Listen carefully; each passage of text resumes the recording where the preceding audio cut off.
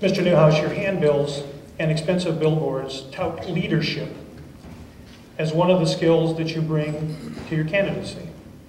Prior to your campaign, what major leadership roles have you taken in this community? I think what my billboard says and my campaign literature says is that what I can offer is integrity, leadership, and truth. I have led Grand Island Little Theater. I've been the president of Riverside. I've been on the United Way board. I didn't have myself put on there as a co-chair and then get my hospital to make the required partnership contribution, but I've still been on the board. I was a teammate. That's kind of a silent little thing that we do for 6 or 7 years to help one individual without any glory to ourselves. I've been on I was on the ethics committee of the State Bar Association for 14 years, trying to improve the ethics of my profession, not for money, all volunteer, and that does something good for everyone in the state. Not for me, not for my political career, certainly.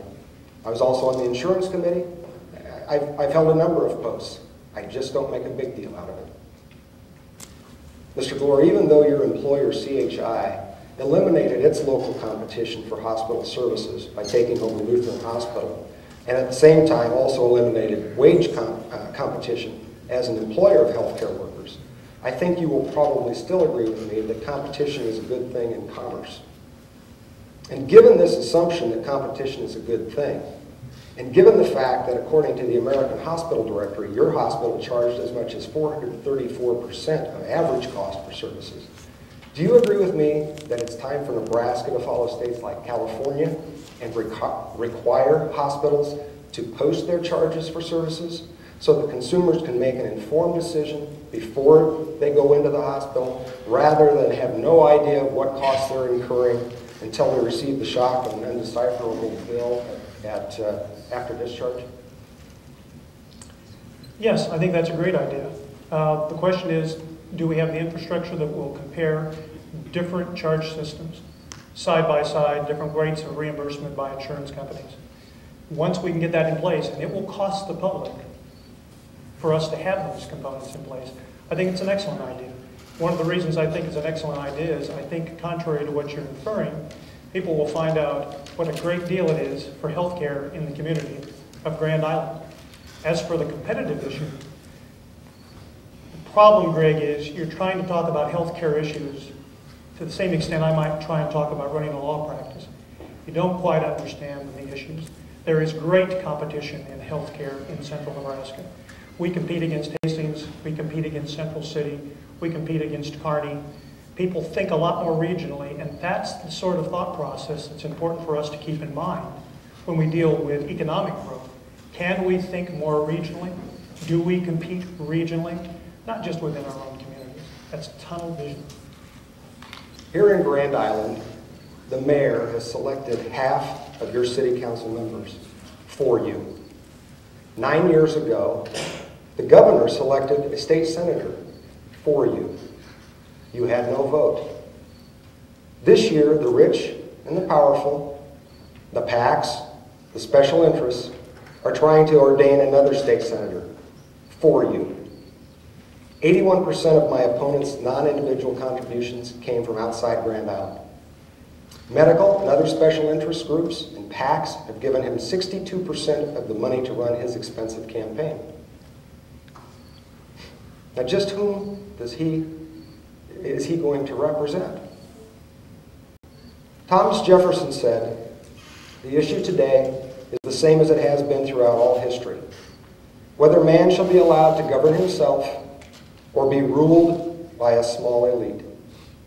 Don't let Grand Island's self-appointed elite tell you how to vote and who should be in Lincoln. You have the vote. Vote for who's going to represent you the best. Mike likes to say that he built the hospital by knowing how to say no. Well, in the legislature, it's not about saying no. It's about convincing the majority of your fellow state senators that no is the correct answer. The legislature isn't the hospital. You don't have veto power. You are one of 49, and you better know how to deal with that. I do. There are 49 state legislators. 9 are attorneys. 7 of those are from Lincoln and Omaha. Why do you think they get everything they want? Because they send qualified advocates to Lincoln to represent them, and that's what Grand Island needs. I think I'm the best to represent everybody in Grand Island, not just the rich and powerful and the PACs and the special interests, but the powerless and the poor and the middle class. I represent people just like you every day, and I've done it for 28 years, and I can do it for 8 more. And I want to say one more thing. I want to thank someone that I don't thank enough, and doesn't get enough credit for the things she does, and that's Leslie. If I've accomplished anything in my life, it's by God's grace and because of you. Forward, let me clear the record on an important issue here, which is the inference that I represent only big interest and big money. I don't know where Mr. Neuhaus got his information, but look for yourself. That information is available online, and you can look it up.